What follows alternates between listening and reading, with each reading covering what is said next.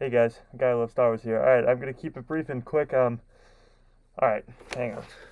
Boba is the key. Alright, I know I'm freaking out, but I was listening. My microphone's not gonna stand up, it's gonna be tilted. Alright, hang on.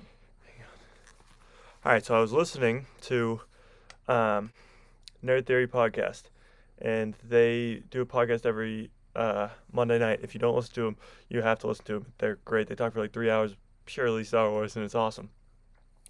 So it's this guy Josh in Star Wars Theory, and they just talk about Star Wars. And Josh brought up one good point, or actually someone in the super chat did, and it's really interesting. Boba is a bad guy.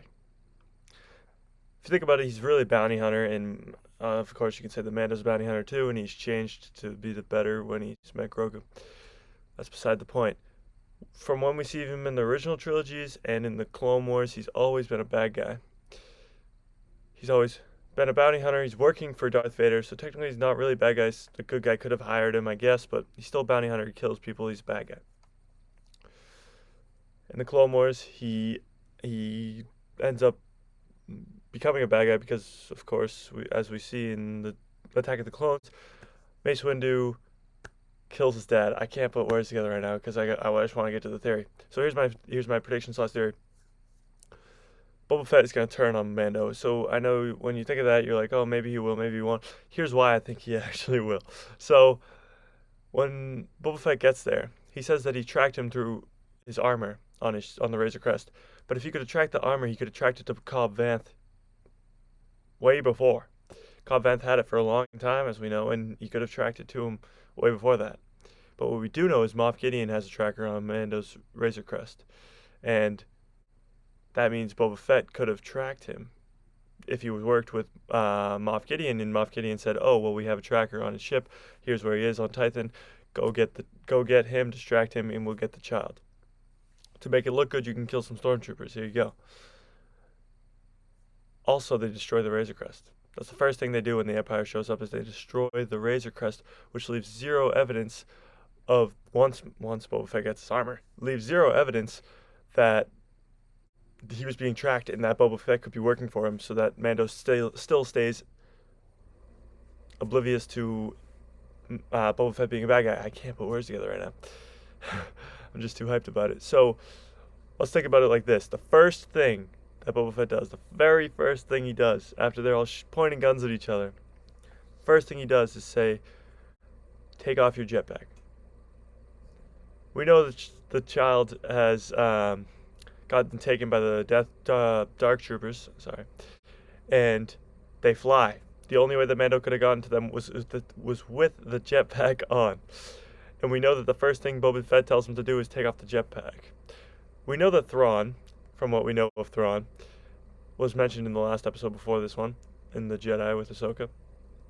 We know that Thrawn from the Clone Wars and Rebels, that he's this chess master. He's this huge big bad guy who doesn't have the Force powers, but he's wicked smart and the best Grand Admiral there is.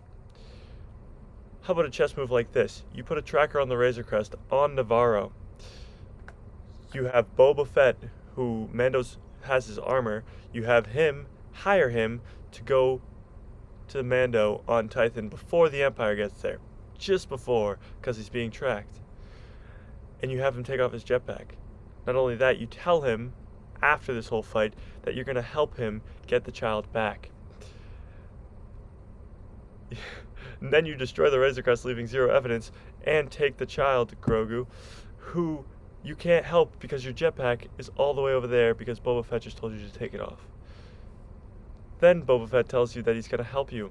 And of course, he's the best Uber driver in the universe, so you're going to listen to him. He's got the Slave One. How else are you going to get off this planet? You need him. Then you go to Navarro. You ask Cara Dune for help. You go break out Bill Burr. Can't think of his name right now. Bill Burr.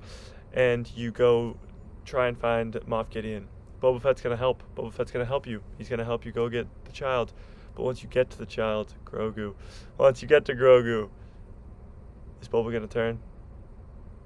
You tell me. From what I just told you about the jetpack, the tracker, Boba knowing where he is, telling him to take off his jetpack, being badass once he gets his armor. Then they shoot the Razor Crest. And he's a bad guy. He's a bad guy. You don't know if he's going to change his mind. I think he's going to turn. He so generously offered to help him go get Grogu back when he had zero reason to. And not to mention the fact that when he took off the jetpack and placed it down, it was the craziest camera angle where it just zoomed right in on the jetpack. Go rewatch it and tell me that Boba Fett is not going to turn on Mando in these next 2 episodes and just screw him. Completely backstab him, and Moff Gideon will get Mando. But that doesn't leave out the fact that Grogu just called out to someone. Could have been Mace Windu, could have been Luke Skywalker, could have been Ezra, could have been Cal Kestis from Jedi Fallen Order. If you haven't played it, go play it. It's very fun. Could be any of those 4 people. It could be anyone else, really. Anyone else who's still alive. No one knows. But he called out to someone. So this someone could help him at the very end when Mando gets screwed over by Boba Fett. That's my theory. I'm going to cut it right there. But, wow, it really makes you think. Can't wait for Friday. I'll have a nice breakdown after. And only 2 more episodes left. But that's my theory for now. I really hope we see Thrawn. And I really hope my theory is right because that would be epic. May the Force be with you.